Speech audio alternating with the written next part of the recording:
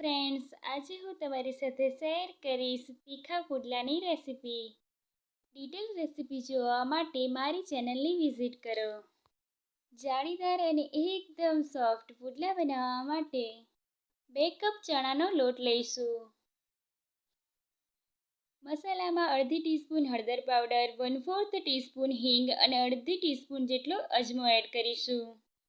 હિંગ અને અજમો એડ કરવાથી પુડલા પચવામાં એકદમ હળવા રહે છે. સાથે સ્વાદ પ્રમાણે મીઠું નાખી બધી જ વસ્તુને મિક્સ કરી લઈએ. અહીંયા મેં 1 કપ જેટલું પાણી લીધેલું છે, તેને આપણે થોડું થોડું કરીને એડ કરી દઈએ. પુડલાનું બેટર બનાવતી વખતે હંમેશા એકસાથે પાણી એડ ન કરવું, નહીં તો ચણાના લોટના ગાંઠા પડી જશે. હવે બેટરને 15 મિનિટ સુધી રેસ્ટ આપીશું.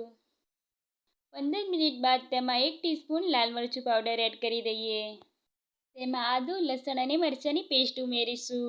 સાથે તેમાં ડુંગળી અને ટમેટું પણ એડ કરી દઈએ. બધી જ વસ્તુને મિક્સ કરી લઈએ અને મીડિયમ કન્સિસ્ટન્સી જેવું બેટર તૈયાર કરી લઈએ. હવે તેમાં 1/4 ટીસ્પૂન જેટલા સોડા એડ કરી દઈએ. હવે લોઢીમાં પુડલા પાથરી લઈએ. તેને બંને સાઈડથી શેકી લઈએ. તો તૈયાર છે આપણા એકદમ સોફ્ટ પુડલા.